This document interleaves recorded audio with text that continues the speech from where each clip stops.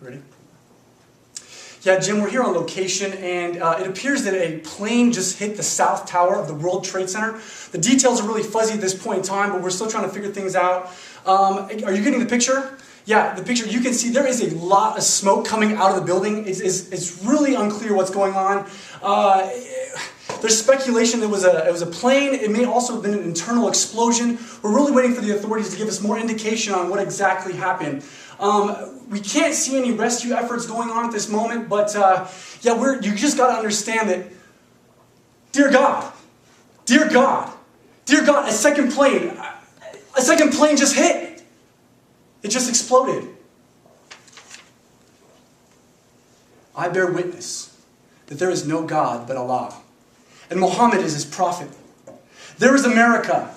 Her greatest buildings are destroyed, and I thank God for this. There is America, full of fear, from north to south, west to east, and I thank God for this.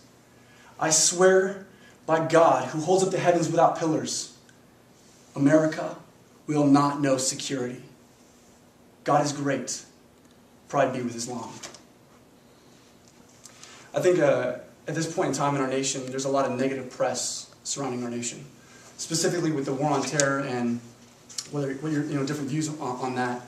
And I think it's easy in this negative press to forget the good values and principles that our country was founded on. Principles of life, liberty, and freedom.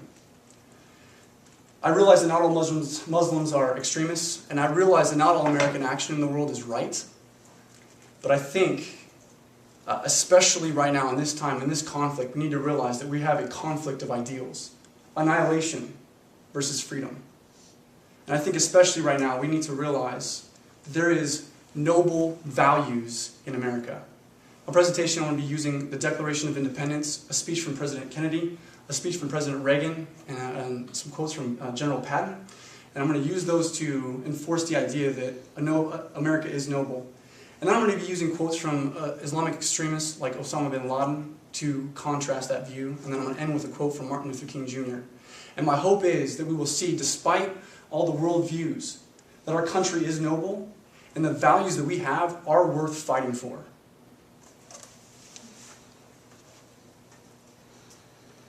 We hold these truths to be self-evident, that all men are created equal and endowed by their Creator with certain unalienable rights. Among these are life, liberty, and the pursuit of happiness. What kind of peace do we seek? It's not Pax Americana enforced on the world by American weapons of war.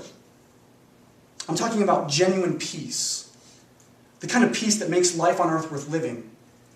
The kind of peace that enables men and nations to grow and build a better future for their children. It's not merely peace for Americans, but peace for all men and women. Not merely peace in our time, but peace for all time. Hostility towards America is the religious duty of every Muslim, and we hope to be rewarded by God for it. Our motto, which we're not afraid to repeat year after year, is this: death to America.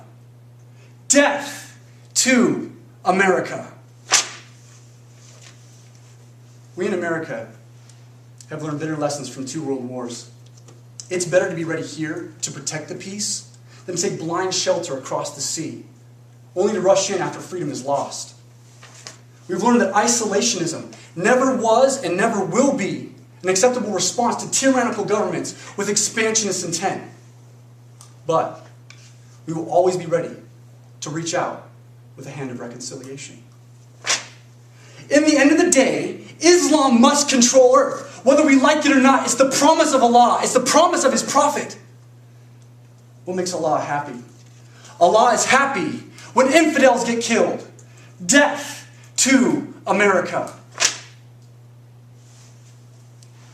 You and I know and do not believe that life is so dear and peace so sweet as to be purchased by the chains of slavery. If nothing in life is worth dying for, when did this begin? In the face of this enemy? Should Moses have told the children of Israel to live under the pharaohs? Should Christ have refused the cross? The martyrs of our history were not fools and are honored dead who gave their lives to stop the advance of the Nazis, didn't die in vain.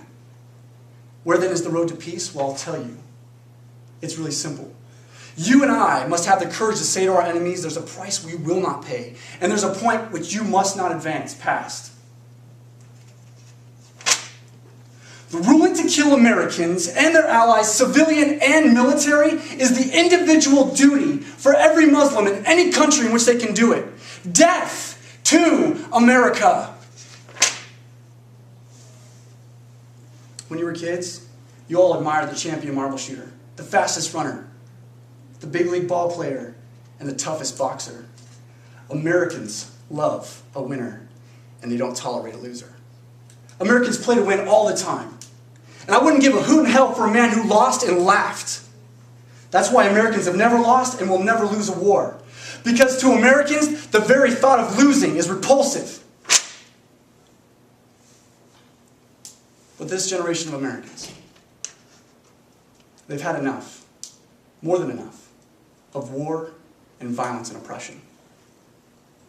We shall do our part to build a world of peace, where the weak are safe and the just are strong, the strong are just. We labor on, not towards a strategy of annihilation, but towards a strategy of peace. Death to America. There is no solution without jihad.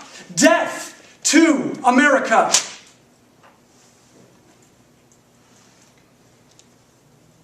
The question is not whether we will be extremists, but what sort of extremists we will be. This nation and the world are in dire need of creative extremists.